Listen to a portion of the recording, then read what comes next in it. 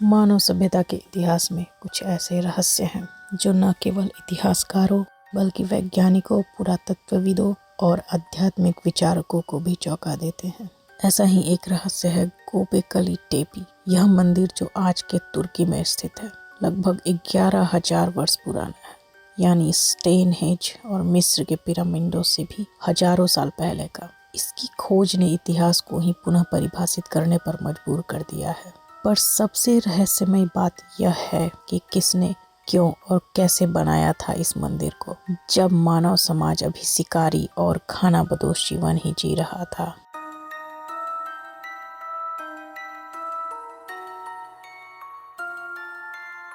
उन्नीस में जब जर्मन पुरातत्वविद क्लाउस शिम्ट ने जब पहली बार गोबेकली टेपी की खुदाई शुरू की तो उन्हें यकीन नहीं था वे इतिहास के सबसे बड़े और रहस्यमय खोज में हाथ डालने जा रहे हैं।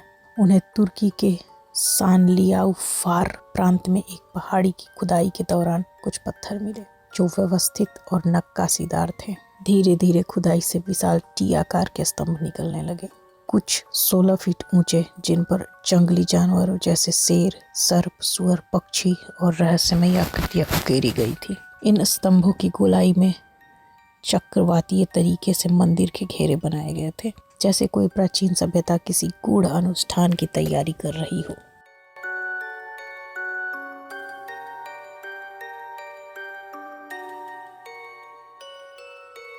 सबसे चौंकाने वाली बात यह थी कि रेडियो कार्बन डेटिंग ने इन स्तंभों की उम्र 9600 ईसा पूर्व निर्धारित की, यानी यह मंदिर मानव सभ्यता के सबसे शुरुआती दौर में बना, जब न खेती थी, न औजार और न नगर सभ्यता। इतिहासकारों के अनुसार धर्म और मंदिरों का विकास कृषि के बाद हुआ, पर गोबेकली टेपी ने इस धारणा को उल्टा कर दिया।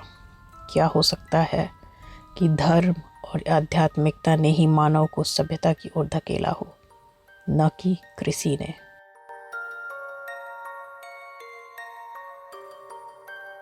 गोबेकली टेपी केवल मंदिर या कुछ और? वैज्ञानिकों और शोधकर्ताओं के लिए यह सिर्फ मंदिर ही नहीं बल्कि कोडेड मीनिंग वाला स्थल बन गया है।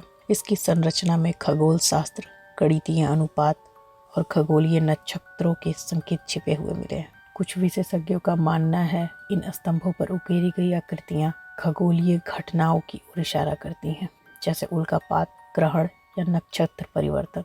एक विवादास्पद सिद्धांत के अनुसार गिद्ध और गोलाकार चिन्ह संभवतः मृत्यु और पुनर्जन्म की अवधारणाओं से जुड़े हो सकते हैं।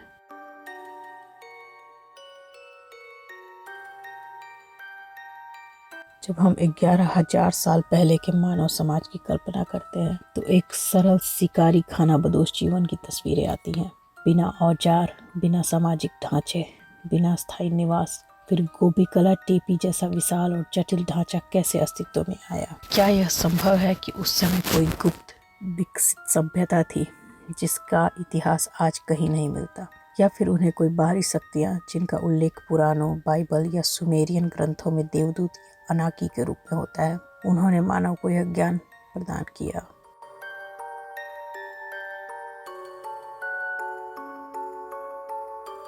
गोबेकली टेपी के हर वृत्ताकार ढांचे में 2 केंद्रीय स्तंभ होते हैं जो अन्य छोटे स्तंभों से घिरे होते हैं। कुछ विद्वानों के अनुसार ये 2 स्तंभ मानवों का प्रतीक है, जिनमें एक दिव्यता है, जैसे वे द्वारपाल हो और किसी आयाम के। स्तंभों की स्थिति, उनकी दिशा और आकृति, यह सब किसी बड़े खगोलीय पैटर्न का हिस्सा प्रतीत होते हैं। कुछ शोधकर्ताओं ने यह भी बताया है कि इनका संरेखण प्लेइडीज और सिंह लियो से मेल खाता है, जो उस समय के ग्रीष्म संक्रांति से जुड़ा हो सकता है।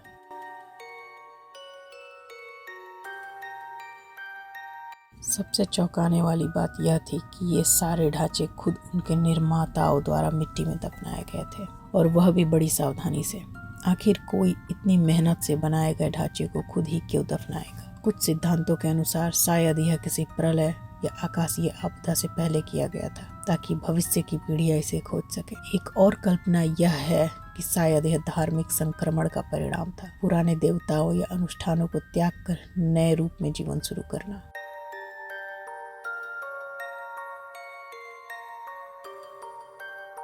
गोबेकली टेपी को कुछ लोग आध्यात्मिक केंद्र मानते हैं, एक ऐसा स्थान जहां मृतकों की आत्मा और ब्रह्मांड की ऊर्जा के बीच संपर्क स्थापित होता था। कुछ यह भी मानते हैं कि यह ध्वनि अनुनाद से जुड़ा स्थल था, जहां मंत्र, अनुष्ठान और संगीत के माध्यम से चेतना का विस्तार किया जाता था। वहीं दूसरी ओर कुछ वैज्ञानिक इसे खगोलीय वेधशाला मानते हैं, जो ब्रह्मांडीय चक्रों और ग्रह नक्षत्रों की निगरानी करता था।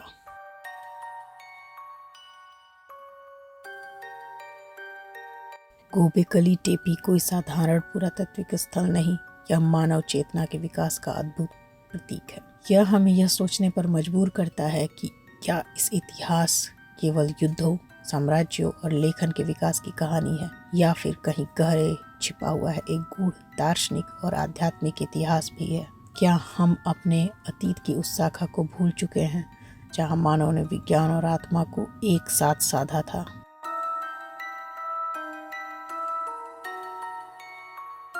दिलचस्प बात यह है कि गोबेकली टेपी के आसपास कई और ऐसे स्थल पाए गए हैं। कराहन टेपी, सेनली उर्फा, जो शायद उस काल के हैं या कुछ और पुराने।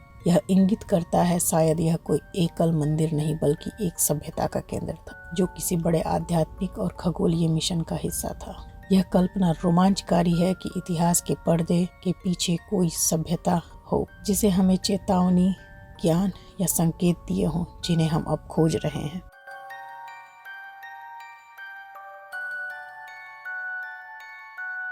आज लगभग 30 वर्षों की खुदाई के बाद भी गोबेकली टेपी का केवल 5% हिस्सा ही उजागर हो सका है। हर खुदाई के साथ नए प्रश्न जन्म लेते हैं। क्या यह एक विद्यालय था, एक वेधशाला, एक धार्मिक समाधि स्थल या कुछ और?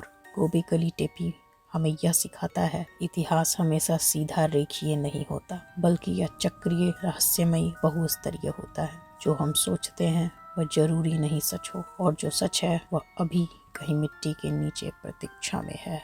अंतिम प्रश्न जो आज भी गूंजता है, क्या हम वाकई जानते हैं हम कहां से आए हैं, या गोबेकली टेपी जैसा कोई स्थल ही है जो भविष्य में हमारी आत्मा को अतीत से जोड़कर उस मूल सच्चाई तक ले जाएगा जो हम भूल चुके हैं।